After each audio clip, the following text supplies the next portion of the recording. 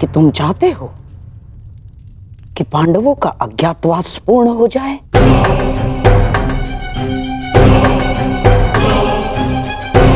हैं? आपको कोई बात समझ में आती भी है या नहीं?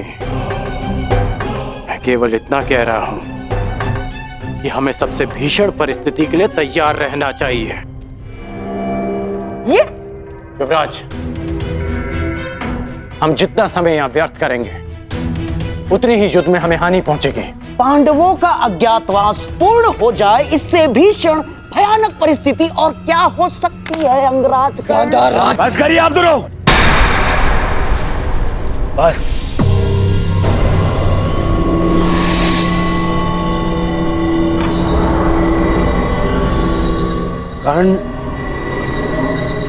कर्ण ठीक कह रहा है। क्या? मामाश्री, कीचक ने मुझे वचन दिया है, वो अवश्य उसे पूर्ण करेगा। ये उसका राज्य है, हम केवल यहां बैठे प्रतीक्षा कर सकते हैं और कुछ नहीं। मैं निश्चित रूप से कर्ण का समर्थन करता हूं। हम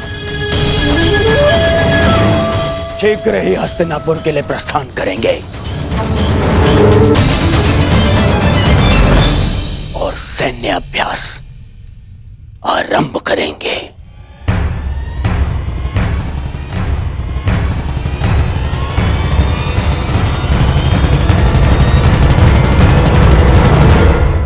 आज रात्रि चंद्र ग्रहण है और इस अंधेरी रात में मैं यज्ञ सेनी के रूप के प्रकाश में स्नान करना चाहता हूं।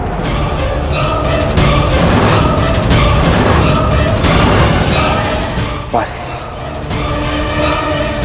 एक रात्रि पांचाली के साथ और तुम्हारा मंतव्य पूर्ण।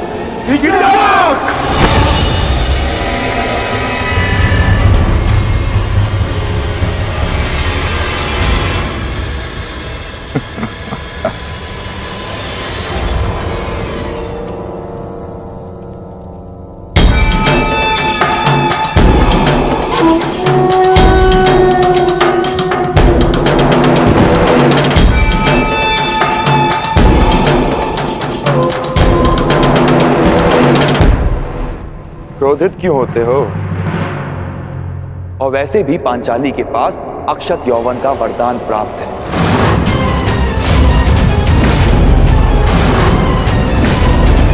कुछ नहीं बिगड़ेगा उसका।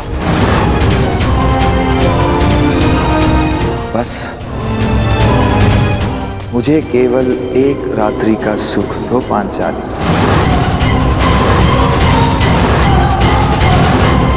मैं इन सब का भेद रहने दूंगा।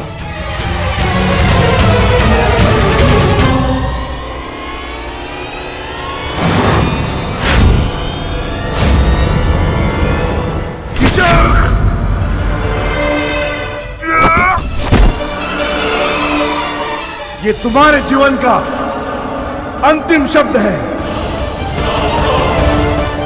दुर्योधन अधिक दूरी पर नहीं है युधिष्ठिर। अपने अनुज से कहो कि अपने हाथों को अपनी मर्यादा में रखे। नहीं तो अगर मेरी जीवा ने मर्यादा भंग की तो तुम लोगों का अज्ञातवास भंग हो जाएगा।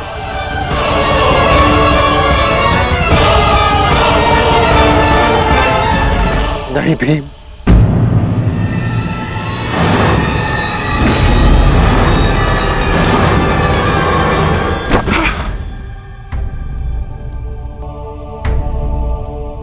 इस समय तुम्हारा ईश्वर मैं हूं युधिष्ठिर। तुमको जीवन देने या नष्ट करने की शक्ति केवल मेरे पास है। एक बात बता दूं पांचाली, मुझे प्रेम में विरोध आता है, परंतु प्रेसी की प्रतीक्षा मुझे रुष्ट कर देती है। समय पर आओगी तो सबका समय ठीक रहेगा।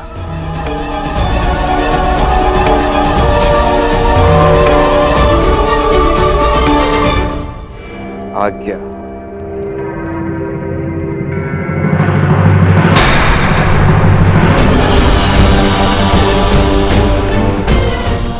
प्रणाम जयेष्ठ गंधर्व।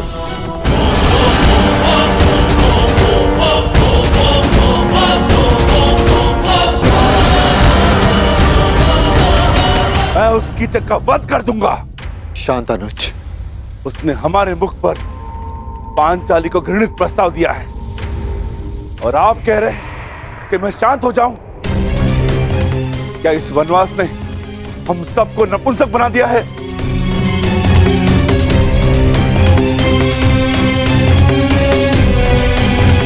तुम बोलो अर्जुन, क्या इस समय शांत रहने का है? हाँ,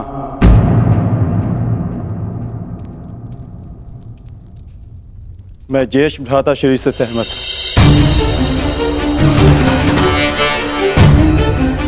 हमें शांत रहना होगा, परंतु इसका अर्थ यह नहीं कि कीचक को दंड नहीं मिलेगा। कीचक को दंड अवश्य मिलेगा। आप मारेंगे उसे, परंतु मेरी योजना से। मैं आज रात्रि कुमारी उत्तरा को राग असावरी का अभ्यास कराना है। उस सभा में ज्येष्ठ भ्राता श्री मेरे साथ उपस्थित होंगे और पांचाली कीचक को अपने कक्ष में आने का आमंत्रण देगी। और यह सुनिश्चित करना होगा कि कीचक उस कक्ष की ओर जाते हुए कोई न देख सके।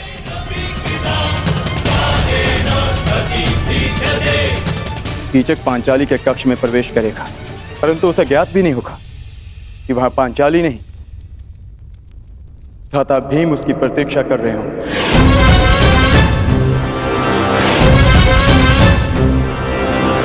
मैं सुनिश्चित करूंगा कि कीचक के चीत्कार मेरे पुखावज की ध्वनि में किसी को सुनाई न दे। और ज्येष्ठ भ्राता श्री ये निश्चित करेंगे कि जिस समय कीचक का वध हो रहा हो उस कक्ष की ओर कोई न जा सके,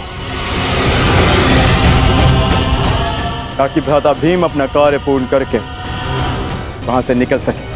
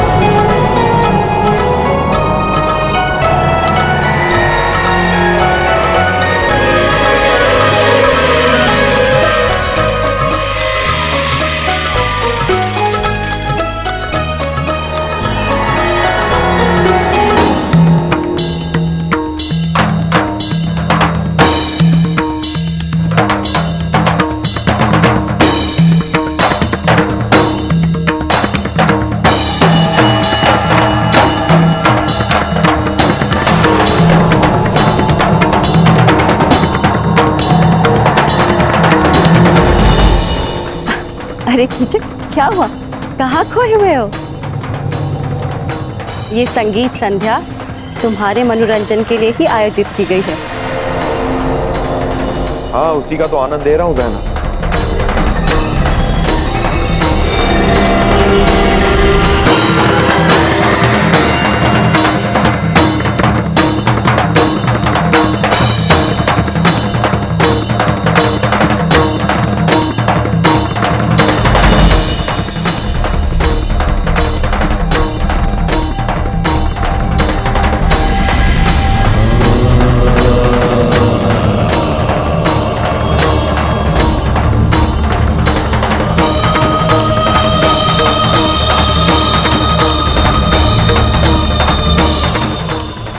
आई क्यों नहीं पांचाली?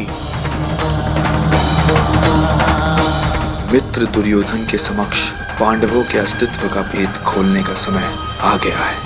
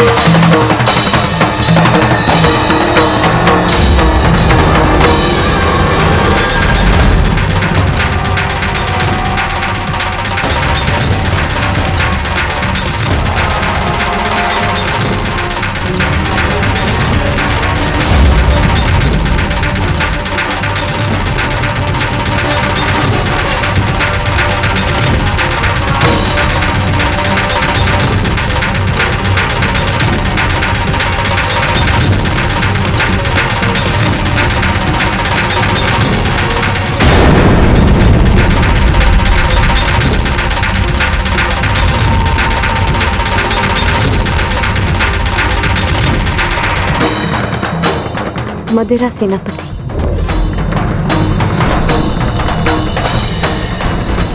मुझे आपका प्रस्ताव स्वीकार है।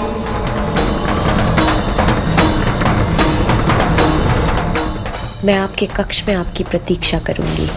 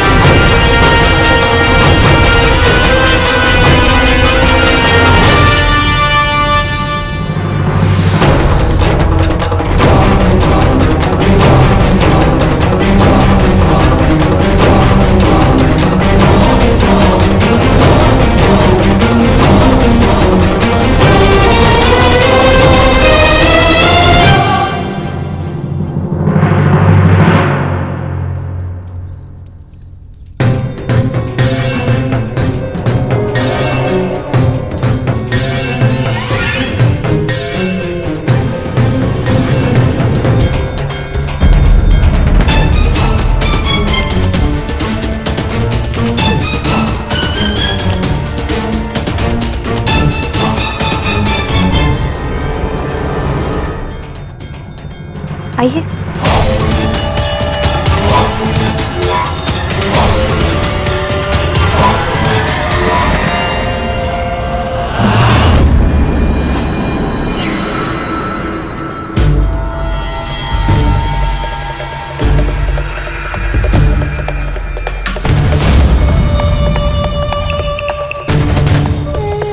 क्या हुआ? आप रुक क्यों गए? आइए ना।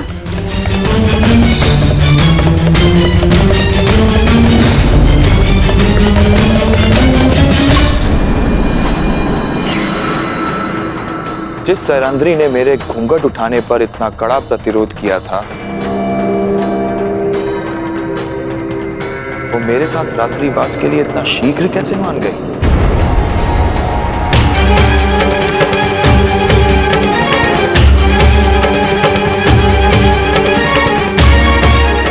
व्यवहार में अचानक परिवर्तन संदेह को जन्म देता है सुंदरी।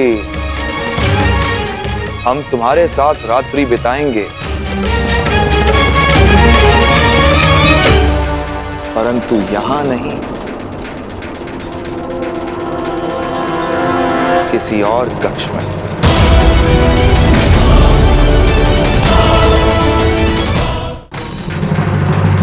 अरे क्या हुआ? रात्रि ही तो बितानी है, किसी और कक्ष में क्या अंतर है? देखो, अस्वीकार करोगी तो मुझे और संदेह होगा, और ये संदेह तुम्हारे हित में नहीं।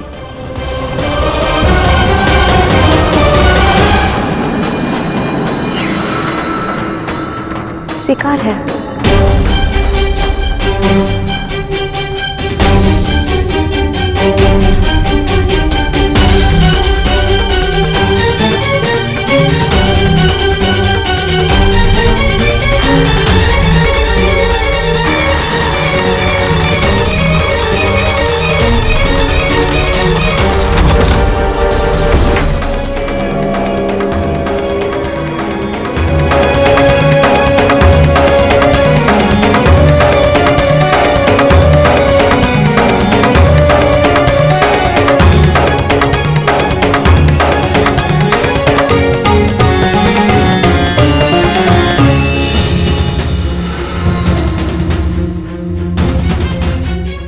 ये द्वार बाहर से कैसे बंद है?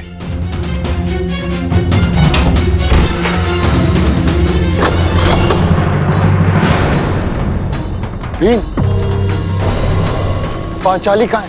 कीचक को कुछ संदेह हो गया है, वो पांचाली को लेकर कहीं और गया है।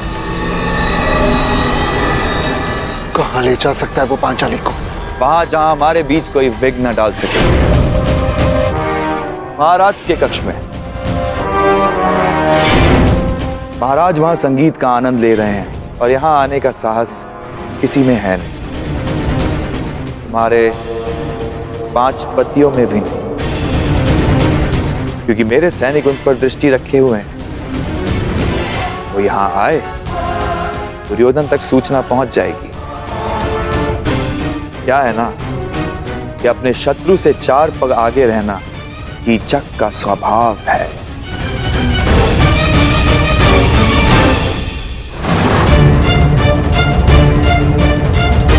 ज्येष्ठ, ये रक्षक यहाँ क्यों? ये कीचक के निजी रक्षक है, परंतु ये महाराज के कक्ष के बाहर क्या कर रहे हैं? क्योंकि कीचक ये है ज्येष्ठ, मैं अभी रक्षक का वध करके कीचक को समाप्त कर दूंगा। नहीं भी, यदि यहां कुछ उपद्रव हो तो हमारे विषय में सबको ज्ञात हो जाएगा। तो क्या करें?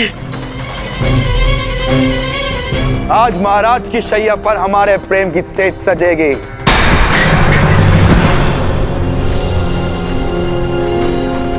अब वही घूंघट डालकर बैठो जो उस दिन तुमने उठाने नहीं दिया था। सैनिकों, सावधान रहना और किसी को भीतर मत आने देना, किसी को भी नहीं।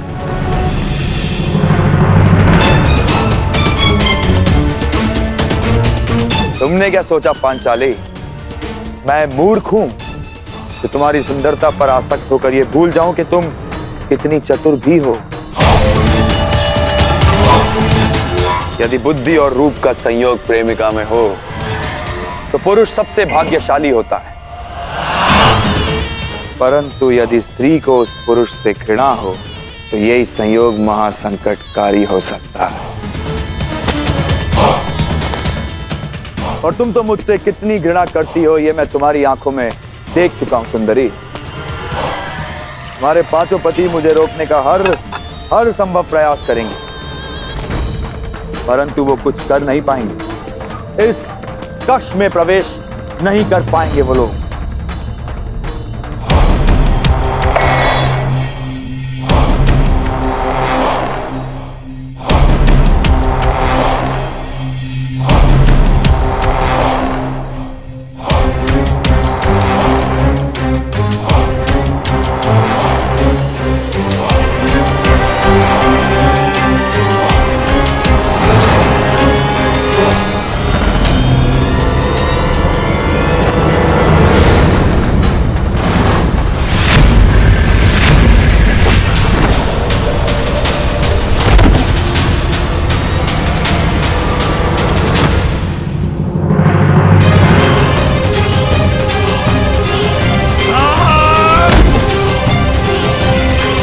तुम भूल गए कि पांचाली के ज्येष्ठ पति को महाराज के कक्ष के सारे द्वार क्या थे?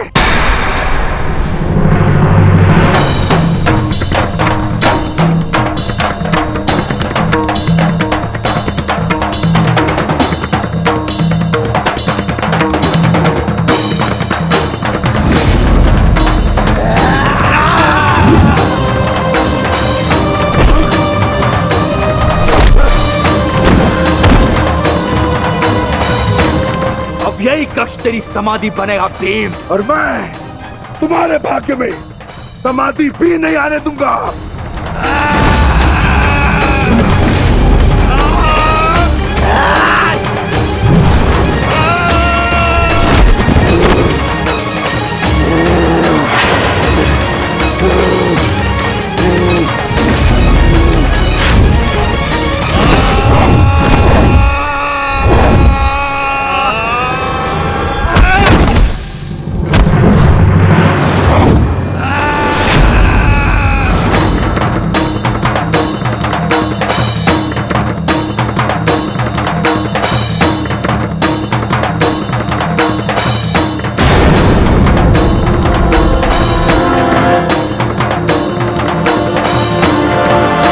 सेनापति कीचक कहाँ?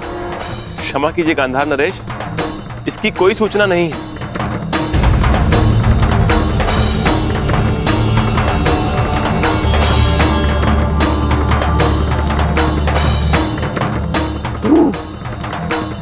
बड़ी सभा को छोड़कर कहां जा सकता है कीचक? उसके निजी अंगरक्षक भी तो दिखाई नहीं दे रहे।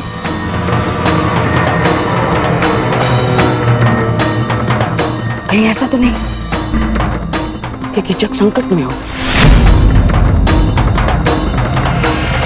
और हाँ, संकट केवल पांडवों की ओर से आ सकता है।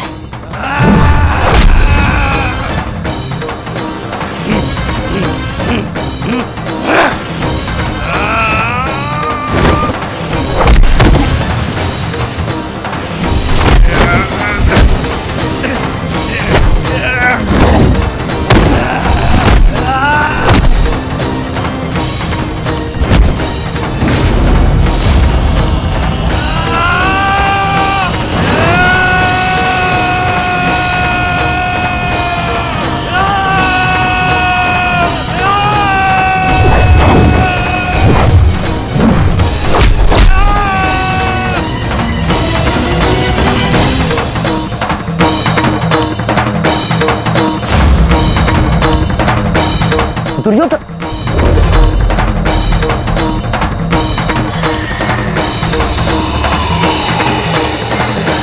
मुझे स्वयं ही जाकर देखना होगा।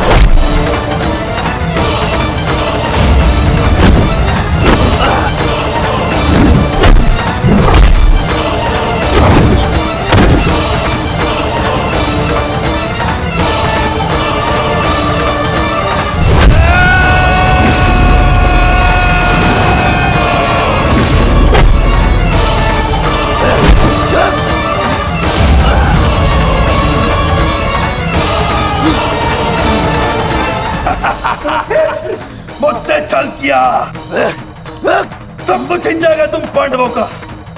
अब यहाँ पर आकर पता चलेगा कि तुम लोगों का अज्ञातवास भंग हो चुका है।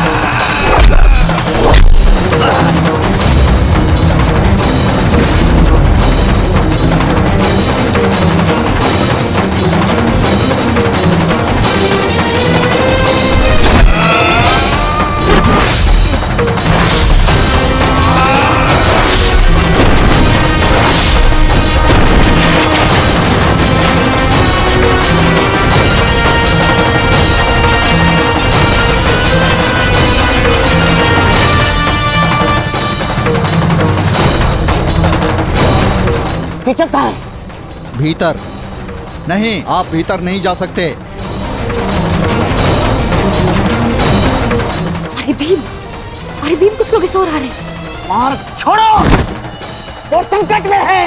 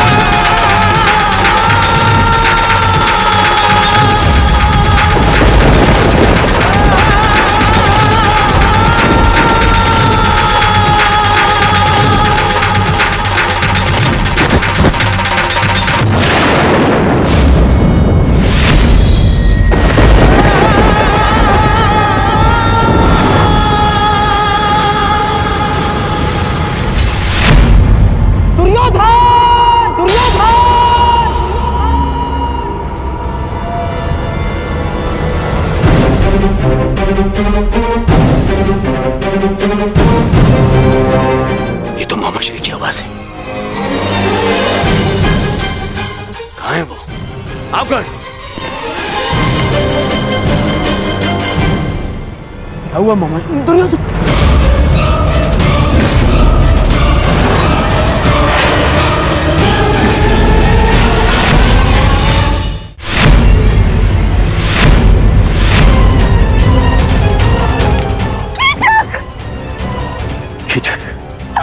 मेरा भाई कीचक।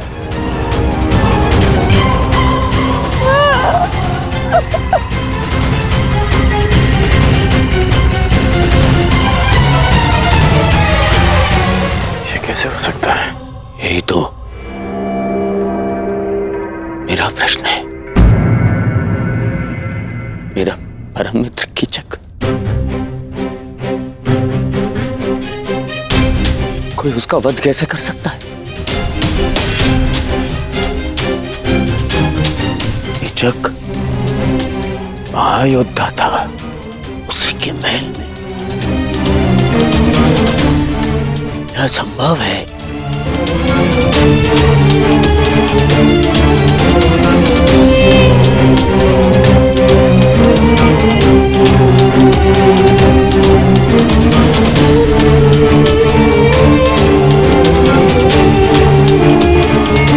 समझ रहे हो दुर्योधन, कीचक का वध करना सामान्य मनुष्य के बस की बात नहीं है। पूरे आर्यव्रत में इस महाबली कीचक को मारने का सामर्थ्य केवल गिने चुने महायोद्धाओं में है, जैसे गंगापुत्र भीष्म, अंगराज कर्ण, स्वयं तुम दुर्योधन, महाबली बलराम और भीम मामाश्री।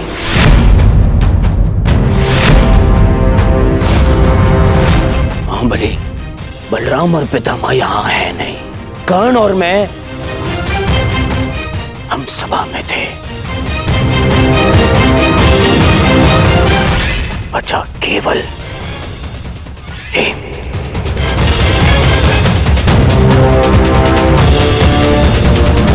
भीम ही हो सकता है जिसने महाशक्तिशाली कीचक का वध किया।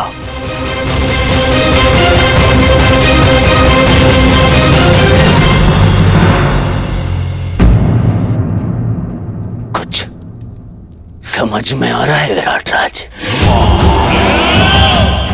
भीम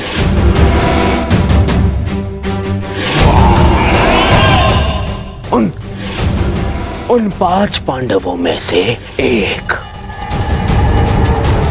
वो जिन्हें ढूंढने मैं यहां आया था। ओ, जो मेरे सबसे बड़े शत्रु हैं।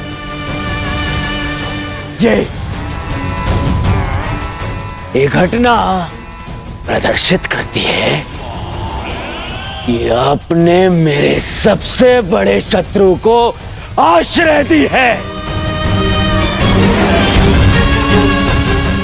शत्रु का शत्रु मित्र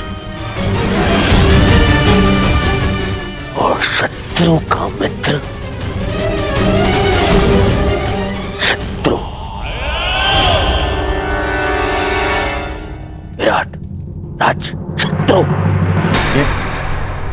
कैसी बातें कर रहे हैं कुमार दुर्योधन?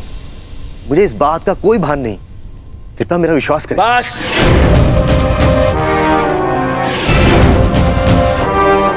अब और कोई बहाना नहीं।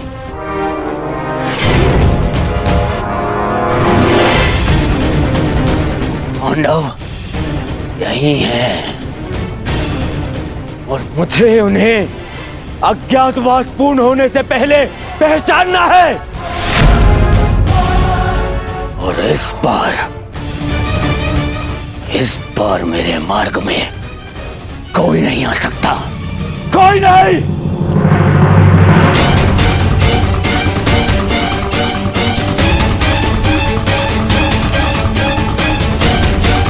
हमें तुरंत यहां से निकलना होगा। सभी वस्तुएं यहीं छोड़ दो।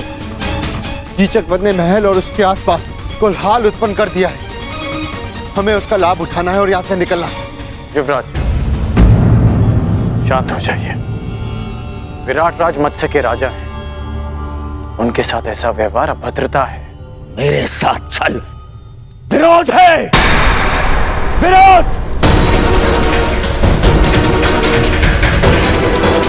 और कदाचित तुमने सुना नहीं कर्ण, मैंने कहा इस बार मेरे मार्ग में कोई नहीं आएगा। और तुम उनसे भिन्न नहीं हो।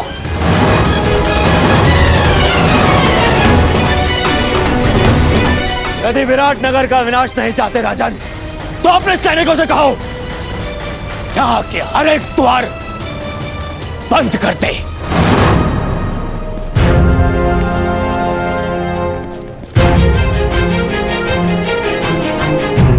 कीचक का वध इसी राजमहल में हुआ है और ये मेरी दुर्योधन की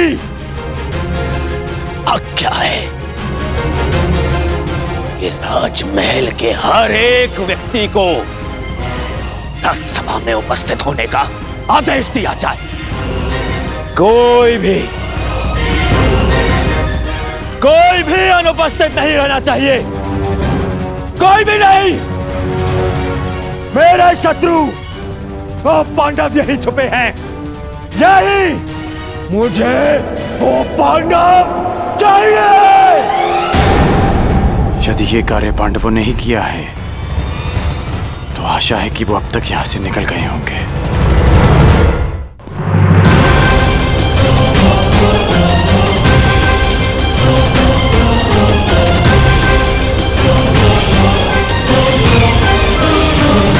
सावधान! कोई भी राजमहल से बाहर नहीं जाएगा। महाराज का आदेश है कि सभी तुरंत सभा स्थल पर उपस्थित हों।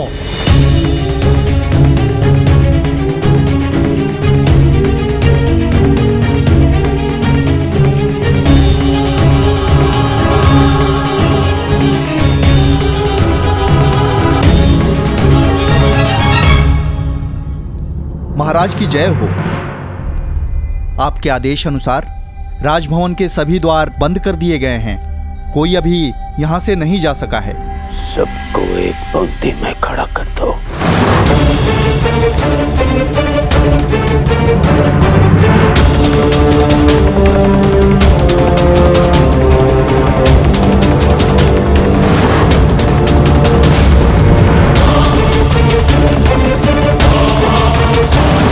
पांडु पुत्रों, कीचक के वध से मुझे यह ज्ञात हो गया है कि तुम यहीं छिपे हो। तुम सब यही हो और इसी सभा में हो। अवश्य भेष परिवर्तित होगा।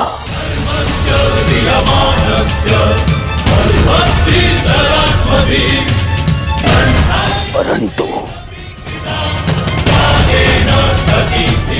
दुर्योधन की दृष्टि से तुम सब बच नहीं पाओगे। श्रेष्ठ यही होगा कि तुम स्वयं मेरे समक्ष प्रस्तुत हो जाओ, अन्यथा मुझे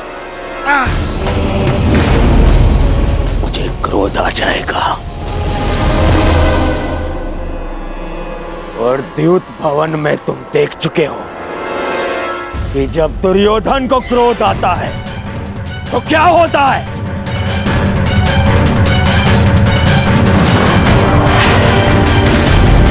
विनम्रता से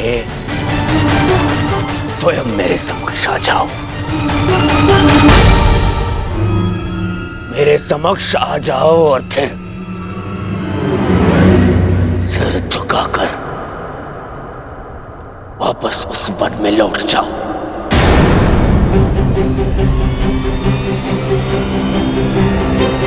मुझे बल प्रयोग करने पर विवश मत करो।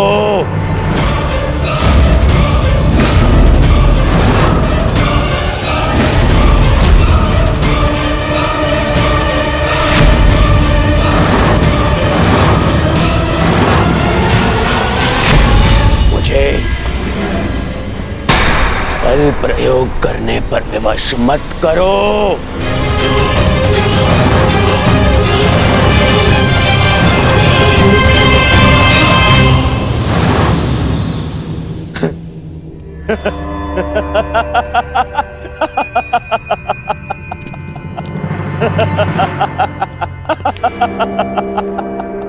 नहीं, तुम स्वयं प्रस्तुत नहीं होगे। कैसे कैसे भूल गया मैं कि कितना आनंद आता है तुम पांडवों को मुझे कष्ट देने में।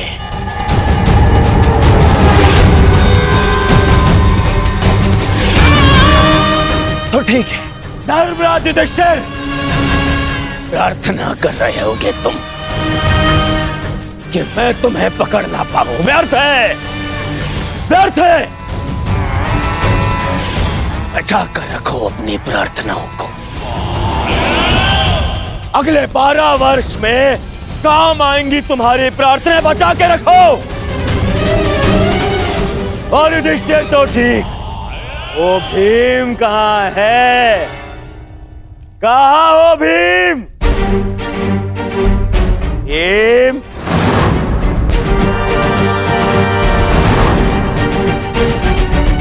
तुम्हें क्या हो गया? सदा मेरी ललकार का उत्तर देने वाला वो विक्रोधर भीम कहाँ छिपा बैठा है? हाय काकर, कहाँ छिपा बैठा है? क्या हो गया भीम? देख, एक तेरे समक्ष वही दुर्योधन है जिसने पंचाली का अस्त्र हरण करवाया था।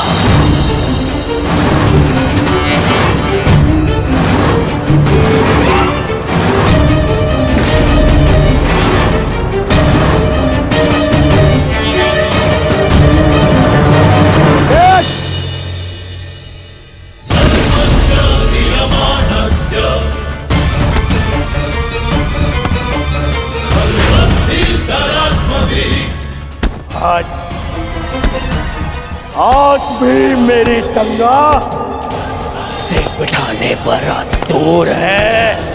आज भी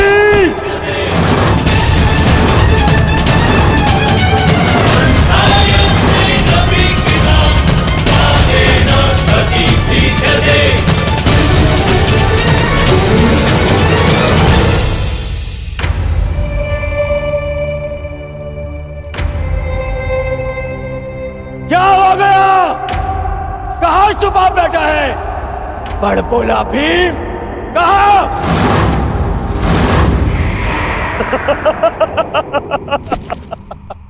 मामा श्री, लगता है वन में इस भूखे भीम ने कुछ ऐसा खा लिया है कि जिसने उसका पौरुष उससे छीन लिया। नपुंसक हो गए हैं ये सभी पांडव, नपुंसक।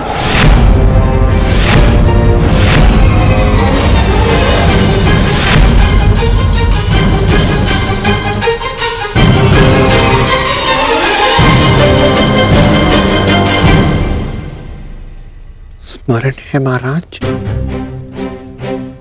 आपने क्या कहा था? आपने कहा था कि आप चाहते हैं कि आपका पुत्र आपको गर्व भरी दृष्टि से देखे, परंतु इस समय आपका व्यवहार आपके पुत्र की दृष्टि झुका देगा।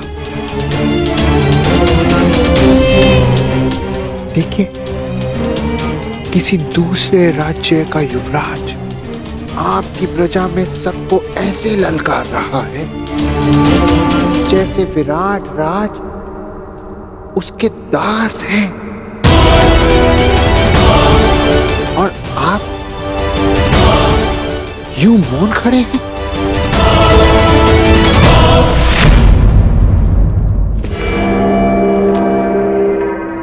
तुम नहीं हो भी,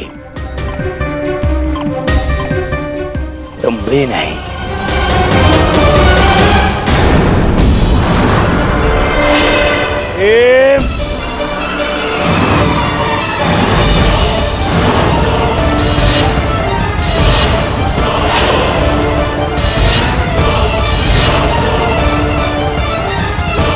मैं जानता हूं कि मेरे मित्र कीचक का वध तुमने ही किया है। प्रतिशोध लूंगा, मैं प्रतिशोध लूंगा।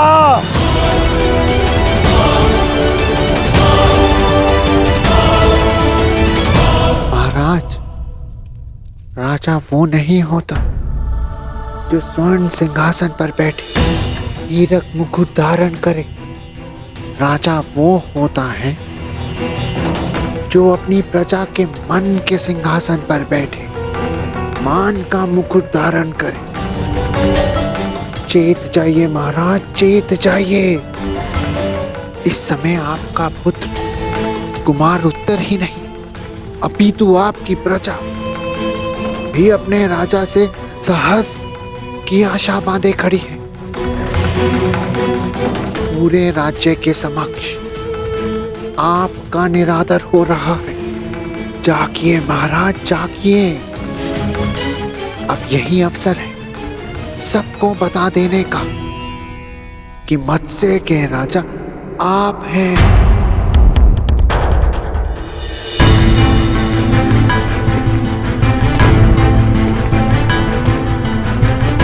युधिष्ठिर, तुम तो पांचों पांडवों में सबसे अधिक बुद्धिमान हो। अंतिम अवसर दे रहा हूं तुम्हें, अंतिम। पांचाली समेत पांचों भाई मेरे समक्ष आ जाओ, क्योंकि जब तक मैं तुम्हें पहचान नहीं लेता मैं यहां से किसी को जाने नहीं दूंगा। भले ही पूरी रात्रि बीत जाए, किसी को नहीं। पांचों पांडवों के समक्ष पांचाली सैरंध्री, अच्छा नाम है। दासी सैरंध्री, हस्तिनापुर युवराज के लिए मदिरा प्रस्तुत करो।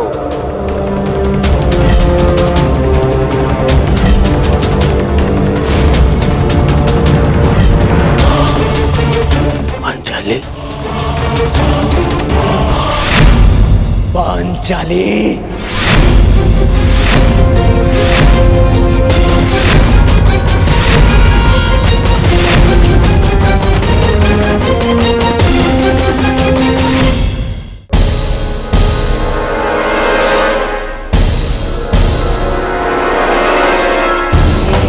मामाश्री ठीक कहते हैं, क्रोध में मैं बुद्धि से काम नहीं लेता। महाराज, आप केवल भय और संशय के दबाव में हैं। अपने भय और संशय को दूर कीजिए महाराज, दूर कीजिए और रोकिए, रोकिए इस दुर्योधन को महाराज, रोकिए। उन पांचों मोतियों को ढूंढ रहा था, जबकि वो सूत्र मेरे समक्ष है।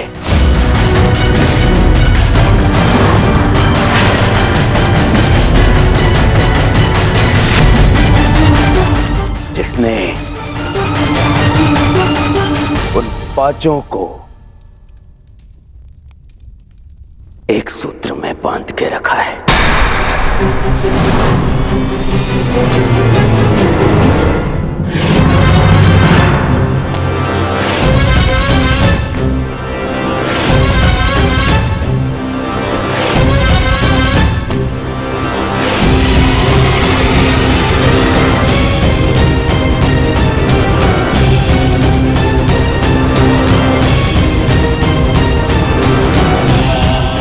जानता हूं कि ये तुम ही हो द्रौपदी, कि पूरे समय अपना मुख घूंघट से छुपा के रखे। कीचक की इतनी प्रताड़ना के पश्चात भी मुख से तक ना निकाले। कुछ कीजिए महाराज। किस बात का भय है? क्या उसका कारण वस्त्र हरण की लज्जा है, या फिर पुनः अपमान का डर? देखना, जो पांडव मेरे ललकार के पश्चात भी प्रस्तुत नहीं हुए, वो कैसे तुम्हारे घूंघट उठाते ही प्रस्तुत हो जाएंगे।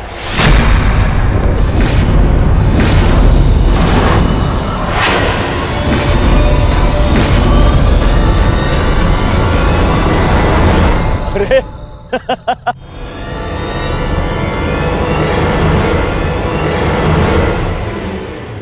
शाबाश दुर्योधन, अब होगा इन पांडवों का अज्ञातवास भंग।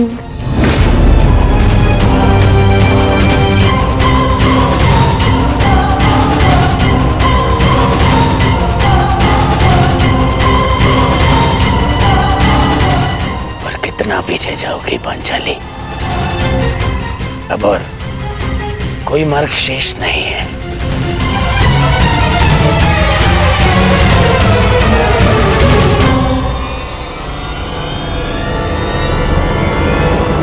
रुक जाओ कुमार दुर्योधन।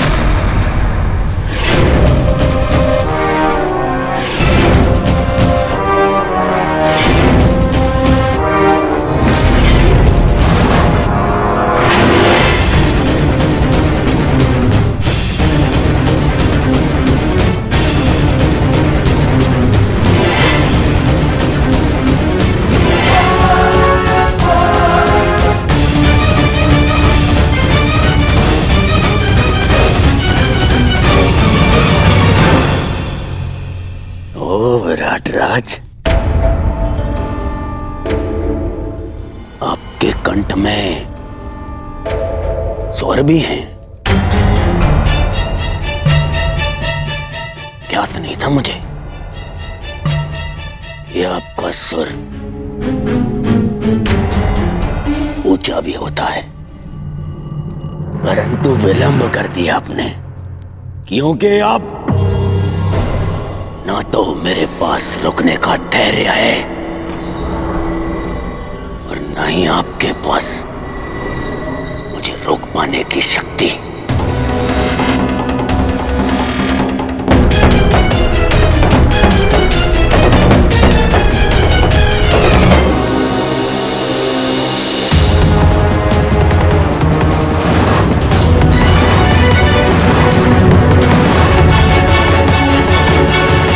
मैं सावधान करता हूं कुमार दुर्योधन।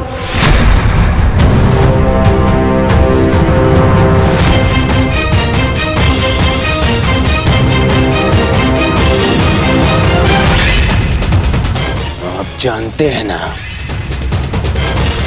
कि आप हस्तिनापुर के युवराज को ललकार रहे हैं। ये हस्तिनापुर नहीं, मत्स्यराज है, विराट नगर है ये। और यहां भरी सभा में स्त्री के मान का हरण नहीं होता, परंतु भरी सभा में स्त्री का अपमान करने वाले का वध अवश्य हो सकता है।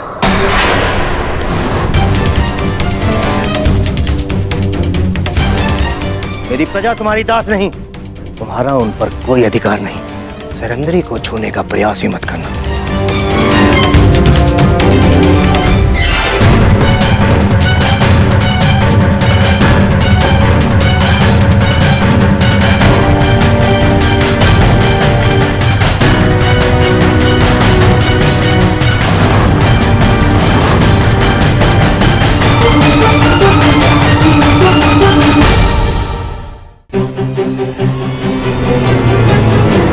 महाराज विराट, हम आपकी प्रजा का अपमान नहीं कर रहे हैं।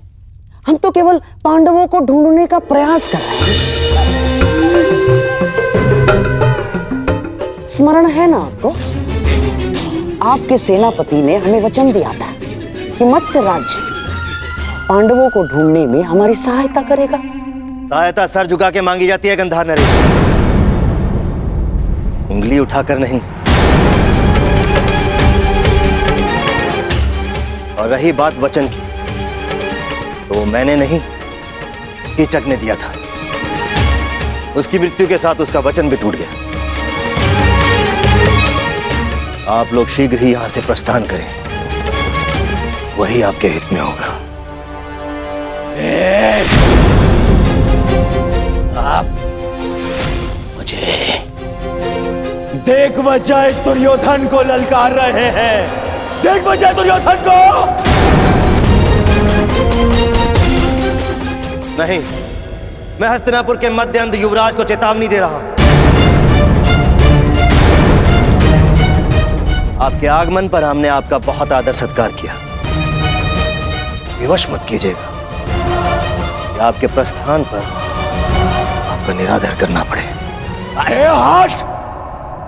इसे तो मैं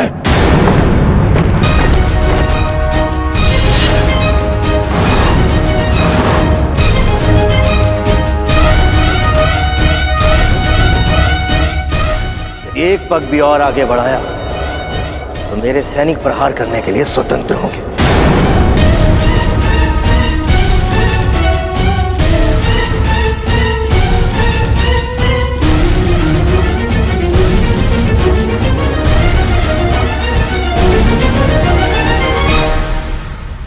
मैं तुम्हें क्षमा नहीं करूंगा विराट राज। मेरा अपमान है, प्रतिशोध अवश्य लूंगा। दुर्योधन, यह अवसर उचित नहीं है। चलो यहां से।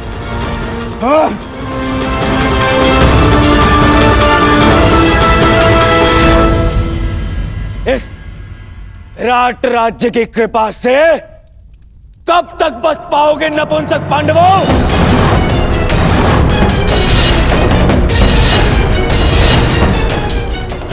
तुम्हें फिर से वन भेजकर ही सांस लूंगा।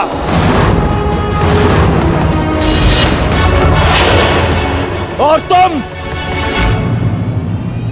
पांचाली, तुम्हारा दर्प एक बार फिर तोड़ेगा यह दुर्योधन।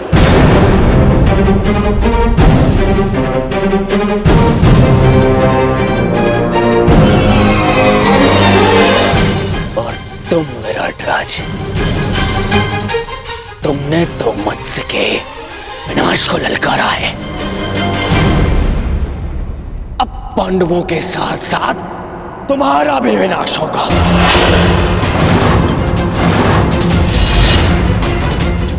मेरे प्रतिशोध की अग्नि से तुम्हारे राज्य का हर एक घर राख हो जाएगा।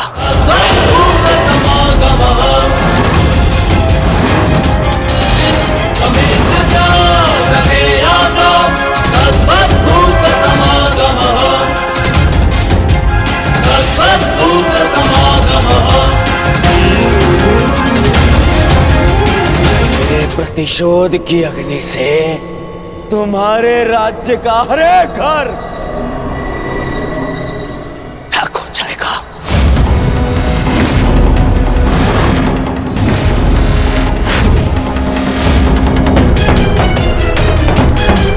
दुर्योधन शांत, चलो यहां से।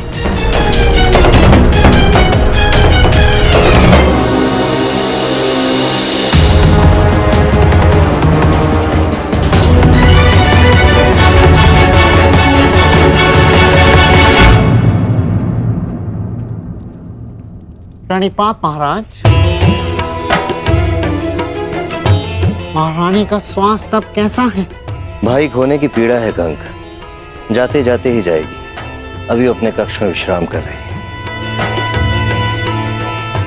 यदि कोई आवश्यकता पड़े तो स्मरण कर लीजिएगा महाराज। सबसे अधिक आवश्यकता के समय तुम सहायता कर चुके हो कंक।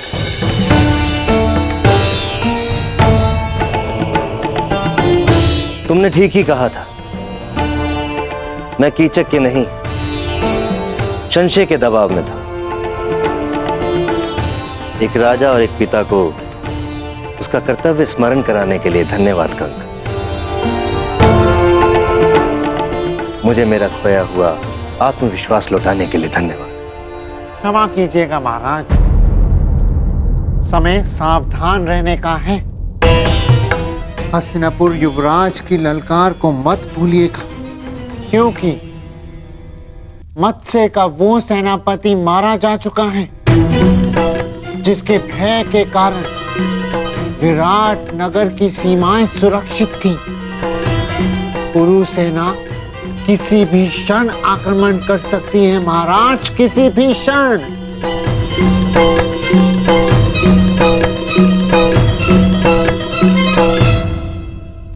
ठीक कहा कंक तुमने, सच में संकट की घड़ी आ गई है। मैं आसक्त हूं और कुमार उत्तर तो अभी स्वयं बालक है। इस संकट की घड़ी में तुम्हें कोई मार्ग दिखाओ।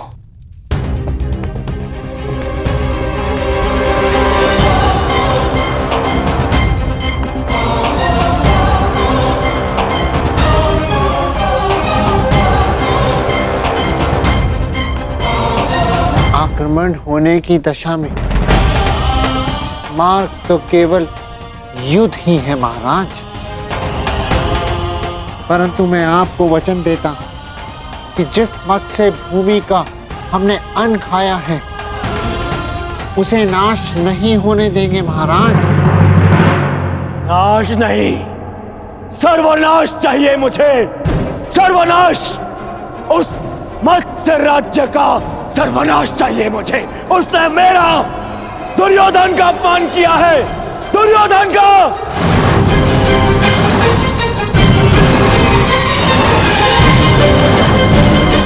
उस अपमान का कारण स्वयं तुम हो दुर्योधन। अतिथि की मर्यादा तुमने भंग की है।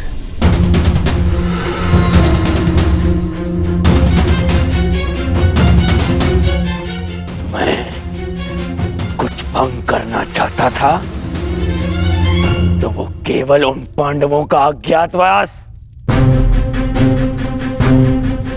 जो उस सभा में नहीं हुआ, वो अब रणभूमि में होगा, विराट पर आक्रमण करके होगा।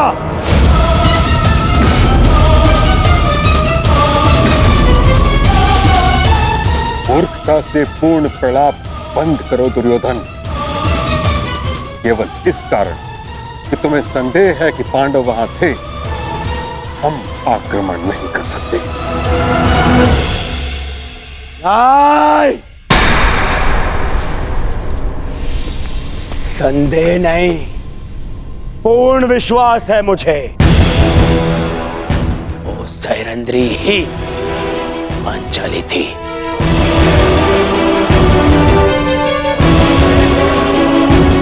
अब मामाश्री से पूछ लीजिए, गण से पूछ लीजिए, वो भी वहां उपस्थित थे। सर्वप्रथम तुम मुझे उत्तर दो, क्या तुमने पांडवों को देखा? क्या तुमने पांचाली को देखा?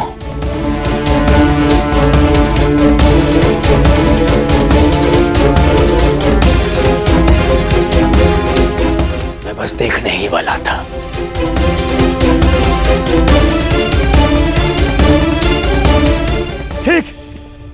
नहीं देख पाया, परंतु उसका अर्थ ये नहीं कि वो वहां नहीं है।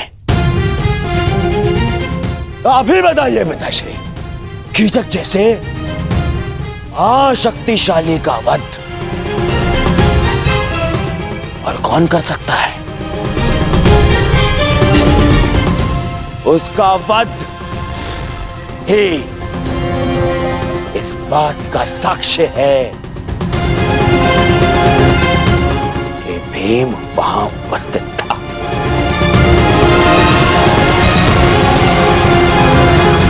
मैं दुर्योधन की इस बात से सहमत हूं ताश्री।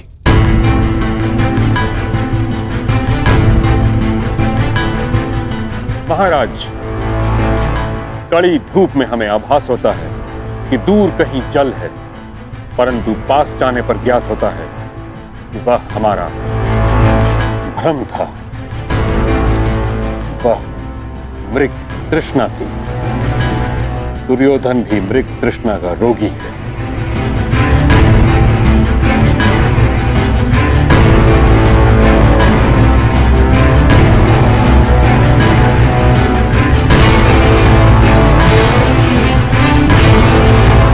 आपको क्या लगता है मैं मूर्ख हूं?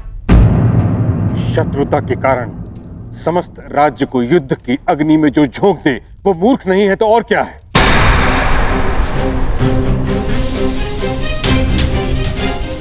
कितनी बार तुम्हें समझाने का प्रयास किया है, परंतु तुम समझने को तैयार ही नहीं हो। पांडवों से बैर के कारण कब तक हस्तिनापुर को कलंकित करते रहोगे तुम? कब तक राज धर्म को दूषित करते रहोगे? अपने संदेह के निवारण के लिए सहस्त्र सैनिकों के प्राण दांव पर लगा रहे हो। अपने संदेह के निवारण के लिए सहस्त्र सैनिकों के प्राण दांव पर लगा रहे हो। क्षमा कीजिएगा महामहिम,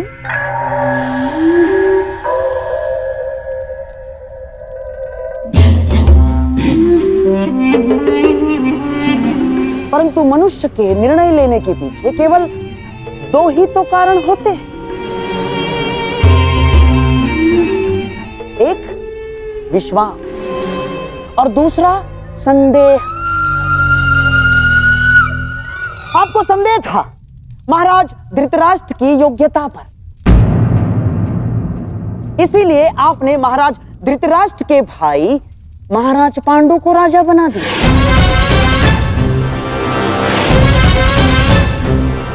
आपको संदेह था कि युद्ध में कर्ण कहीं अर्जुन के प्राण ना ले, अर्जुन को परास्त ना कर दे, इसीलिए आपने हस्तिनापुर का विभाजन भी स्वीकार कर लिया।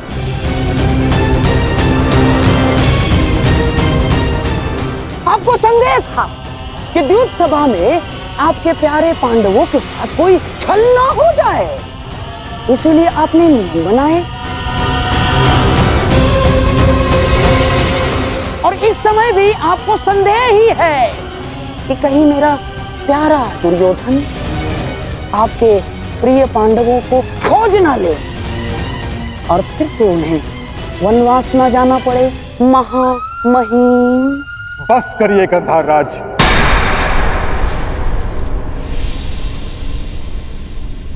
आप ही हैं जो सदैव दुर्योधन का मन कुलुषित करते रहते हैं।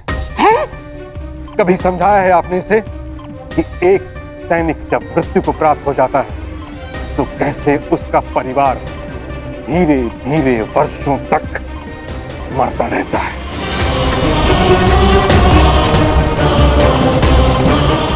सहस्त्रों सैनिकों के प्राण का कोई मोल है?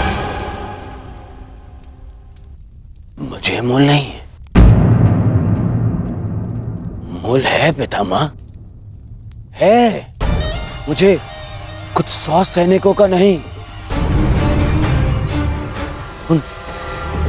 उन लाखों सैनिकों के प्राण का मोल है। यदि ये युद्ध नहीं हुआ तो पांडव प्रस्तुत होंगे। और फिर महायुद्ध होगा। ऐसा महायुद्ध जिसमें लाखों सैनिक अपने प्राण गंवाएंगे, फिर लाखों परिवार थोड़ा थोड़ा करके हर दिन मरते रहेंगे।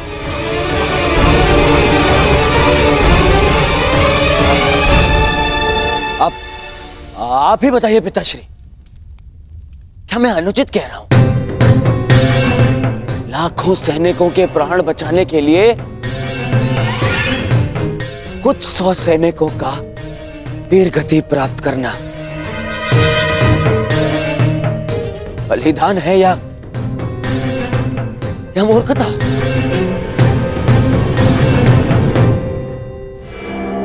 मैं तो कहता हूं कि विराट पर आक्रमण करके पांडवों का अज्ञातवास भंग करना ही नीति है।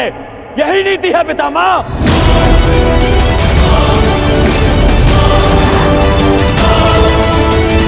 पुत्र दुर्योधन, विचार करो, पांडव तुम्हारे साथ कैसे युद्ध करेंगे? द्वारका सहित आधा भारत तुम्हारी संधि में है और शेष पर तुम दिग्विजय प्राप्त कर चुके हो। संधियां तो टूटने के लिए ही होती हैं पितामह। पांडवों के वो मित्र जिन्होंने मेरे भाई से मुझसे संधि की है, वही उनके सामने आते ही मुझसे संधि तोड़ देंगे। परंतु आपको क्या? आपने तो सदा पांडवों का ही समर्थन किया है। आज भी जब मैं उन पांडवों से हस्तिनापुर की सुरक्षा का प्रयास कर रहा हूं, आज भी आप उन्हीं का समर्थन कर रहे हैं।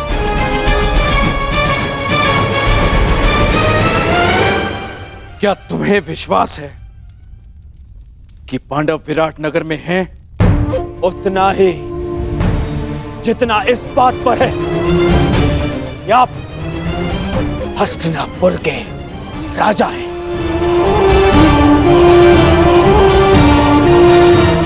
और पितामह भीष्म हस्तिनापुर का हित चाहते हैं।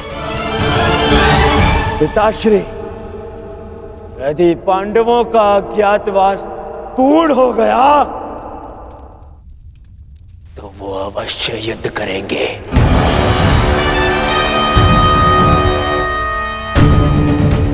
और ये युद्ध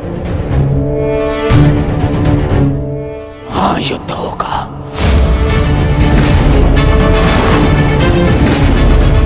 महाभारत होगा, जिसमें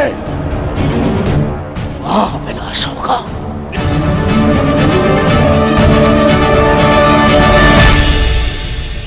नहीं, मैं ऐसा नहीं होने दूंगा।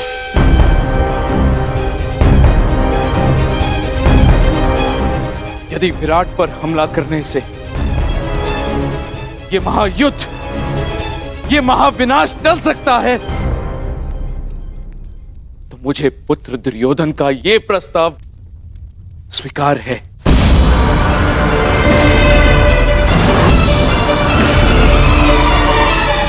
परंतु ये हस्तिनापुर के राजा का आदेश है। हस्तिनापुर विराट पर आक्रमण करेगा।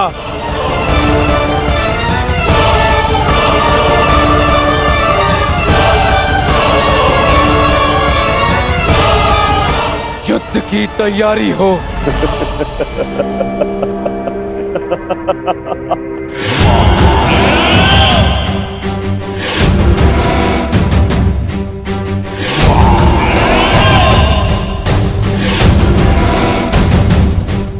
समय आ गया है मित्र। अर्जुन से तुम्हारा अधूरा द्वंद्व अब पूर्ण होगा।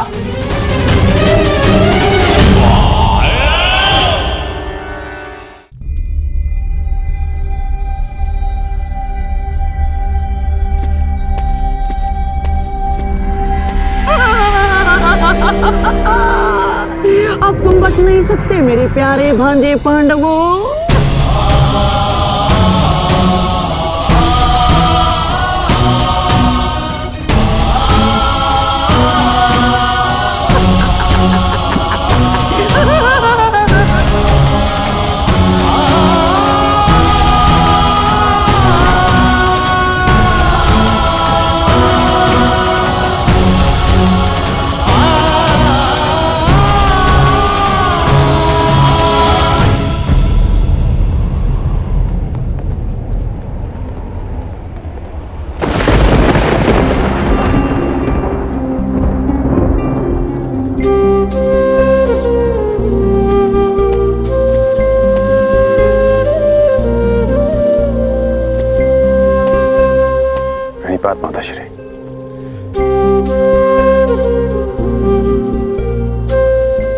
मैं जानता हूं आप आज मुझे विजयी होने का आशीर्वाद नहीं देंगे।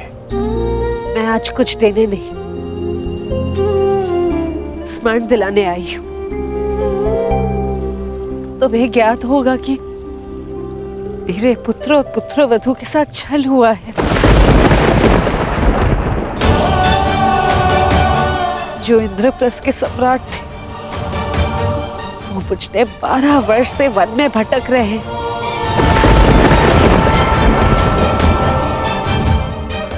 और कुछ ही दिन बचे उनकी स्वतंत्रता में,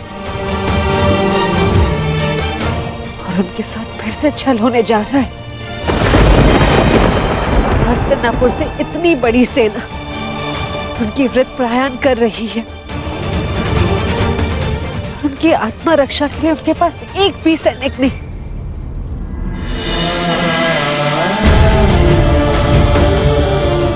मुझे पूर्ण विश्वास है कि तुम मेरे पुत्रों के साथ एक और अन्याय नहीं होने दोगे। मैं तुम्हें स्मरण दिलाने आई हूँ कि माताश्री,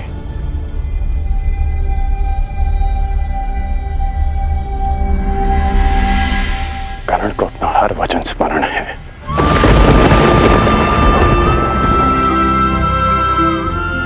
मैंने युवराज दुर्योधन के लिए शस्त्र उठाने का वचन दिया है,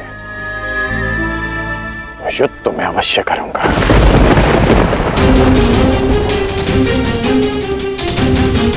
परंतु मैंने एक और वचन दिया है कि आपके पुत्र अज्ञातवास पूरा करेंगे, और ये वचन भी मैं अवश्य पूरा करूंगा।